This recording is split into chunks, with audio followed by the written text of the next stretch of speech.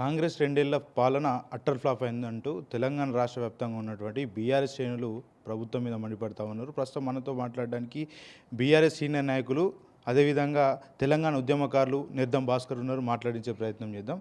తెలంగాణ రాష్ట్రంలో కాంగ్రెస్ సర్కార్ అభివృద్ధి పథంలో దూసుకుపోతుందంటూ కాంగ్రెస్ నేతలు చెప్తా ఉన్నారు. నిజమే అంటారా?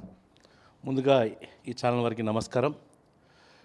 ఎప్పుడు నువ్వు ప్రశ్న చేసినావో ఆ ప్రశ్నలో ఫెయిల్ అయితేనే నువ్వు ప్రశ్న వేస్తాం. ఎప్పుడు మనం ఆకలి ఉంటేనే అన్నం అడుగుతాం.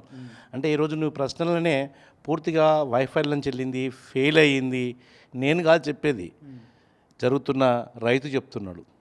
ఈ రోజు వరకు కూడా రైతు బంధు వేయలేదు.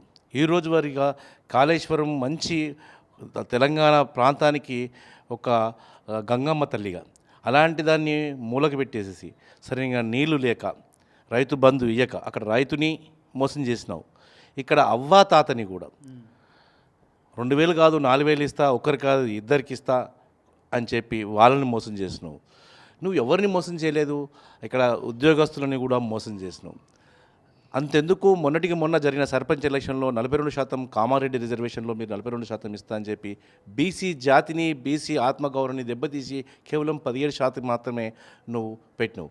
జరుగుతున్న ఈరోజు మీరు నోటిఫికేషన్ ఇవ్వడానికి ముందుకు పోతున్న మున్సిపాలిటీ ఎలక్షన్లో, కతిమ కార్పొరేషన్లో కూడా కేవలం 30% పైన రిజర్వేషన్. అంటే ఇచ్చిన మాటను, చెప్పిన మాటను పూర్తిగా నిర్లక్ష్యం చేస్తాం.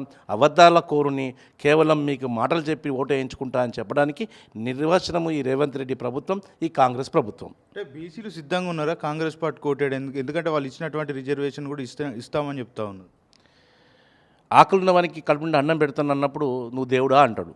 అదే నువ్వు మట్టి పోస్తే వాడు కలకల అంటాడు. ఒకరి కలకల చాలా చాలా అది ఉంటుంది, ఒక ఆత్మగౌరవాన్ని దెబ్బతీసే విధంగా.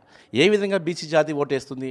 మొన్న చెప్పలే, చంపదట్టుగా సర్పంచ్ ఎలక్షన్లో జనరల్ స్థానాల్లో కూడా అధిక శాతం బీసీలే గెలిచినారు.